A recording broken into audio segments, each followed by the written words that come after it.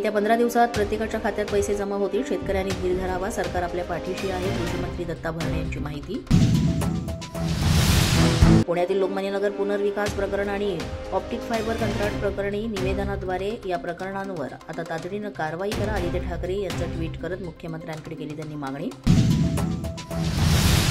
वंदे मातरम गीताची शाळांवर लादलेली सक्ती मागे घ्या. भिवंडीतील समाजवादी पक्षाचे आमदार रईस शेख यांची मागणी. रईस शेख यांनी मुख्यमंत्री आणि शिक्षण मंत्र्यांना लिहिलं याबाबत पत्र. चारकोपमध्ये मतदार यादीतील घोळावर मनसेचा स्फोट. एकाच मतदार यादीमध्ये व्यक्तींचं 2 वेळा नाव. मनसेकडून निवडणूक यंत्रणेच्या कामकाजावर प्रश्नचिन्ह. भारतात राहायचं तर वंदे मातरम बोलावंच लागणार. हिंमत असेल तर समोर या. तुमच्या घरासमोर येऊन वंदे मातरम गाणार. मंत्री मंगल प्रभात लोढांचं अबू आझमींना आव्हान. यवतमाळच्या बाभूळ गावात उपमुख्यमंत्री अजित पवार यांच्या ताफ्याला काळे झेंडे. कर्जमाफीच्या मागणीवरून अजित पवारांना काळे झेंडे दाखवत सरकारविरोधात केली घोषणाबाजी. पोलिसांसोबत बैठक झाली. परवानगीचा अर्ज दिलाय. मोर्चापूर्वी परवानगी मिळेल. अनिल परबांनी व्यक्त केला विश्वास.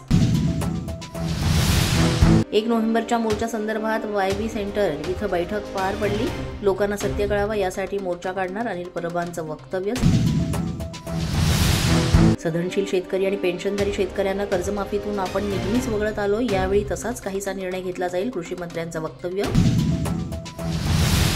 मुख्यमंत्री आणि दोन्ही उपमुख्यमंत्री आज बच्चू कडू यांच्याशी करणार चर्चा. बच्चू कडूंच्या आंदोलनावर निश्चितपणे तोडगा काढतील. कृषी मंत्री दत्ता भरणे यांची माहिती.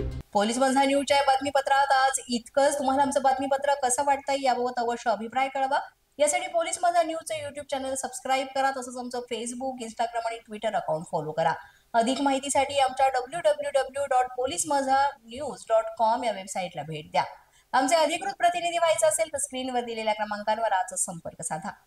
आजच्या बातमीपत्रात इतकंच. पुन्हा भेटूया पुढील बातमीपत्रात. तोपर्यंत पाहत रहा पोलीस माझा न्यूज.